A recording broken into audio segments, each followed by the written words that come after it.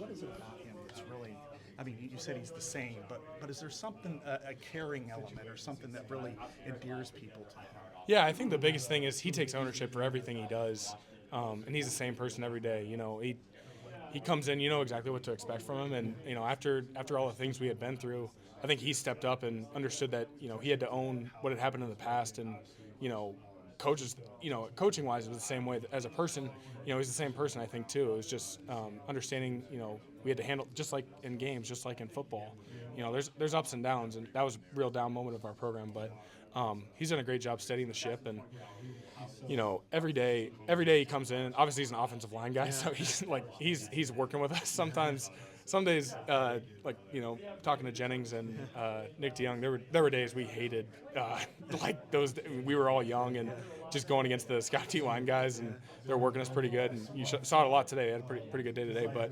I think he comes in. He's got the same attitude every day, and he just preaches exactly who he is as a person. And as I've grown up, I've started to understand like how much I appreciate him, how much this program means to him, means to me, means to Jay, it means to everybody.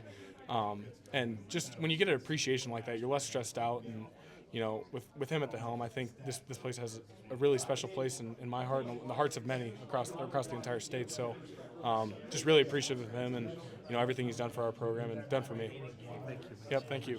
Mason, knowing that they probably knew that you guys were going to try and run the ball, how satisfying is it to be as successful as you guys were? Yeah, that's a great question. It's a great feeling. When they know what's coming, they still can't stop it. That's when you got somebody on the rails, for the end of the game. But for us, it was taking it one drive at a time, I think, and they did a couple different things trying to throw wrinkles at us, but for most part, they kind of stayed in their base defense. And when we do that, I think today we showed that we did a pretty good job against that. So every time we talk to him, he really goes out of his way to make sure he thanks his offensive line and give you guys the credit. Do you sense that as well? Does he make sure to tell you guys in person how much he appreciates your work? Yeah, he keeps trying to offer us to buy us dinner.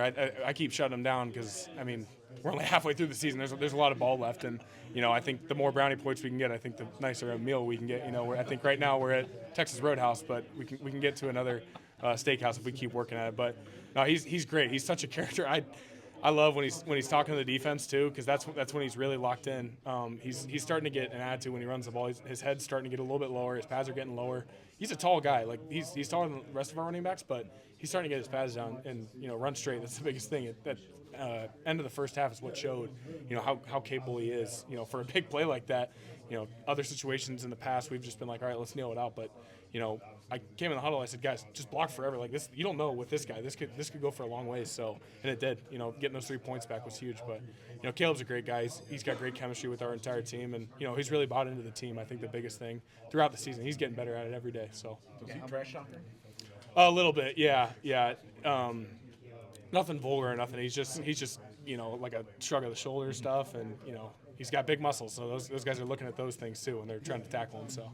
How much of a weapon is Caleb, given that he can rip off a 53-yard run with 30 seconds left in the half and get you guys into field goal range? Yeah, that's our coaching staff knows that. I think we could have gone out there and said, let's just kneel at it, and they just got a field goal. I think that was the biggest thing. We wanted to respond to that and show that there's certain things we want to send in the message to them. At the end of the Minnesota game was the same thing, or the end of the first half of the Minnesota game, we ran 3 of the same play, and it went for 70 yards. And they're obviously they only have 4 guys in the box or something like that, but getting our confidence going, sending a message to the other team, like we're not going to quit on this. And right there was huge. And I think I really wish we got 7. That would have been awesome. 3's good, not great. And for us as an offense, it's just kind of where our mindset has to be. But Caleb's doing a great job just holding the rock and running hard. In terms of making a statement too, was this the type of game that you guys felt like you needed after the Ohio State game, just like coming out and being a team that completes a full 4 quarters out here? Definitely. I said it earlier. That was the first complete team game we've played all year. Honestly, front or beginning to end, like not a tale of two halves like we've kind of had each and every game. For us, that's just great as a team to be able to show that we're improving, and that's just how we want to get the ball rolling and get it going. So now the expectation is to do that every time. And after last week, we had 2 options. We could have stayed on the mat or gotten up and kept fighting. And I'm just proud our guys got up off the mat. It seems like with the last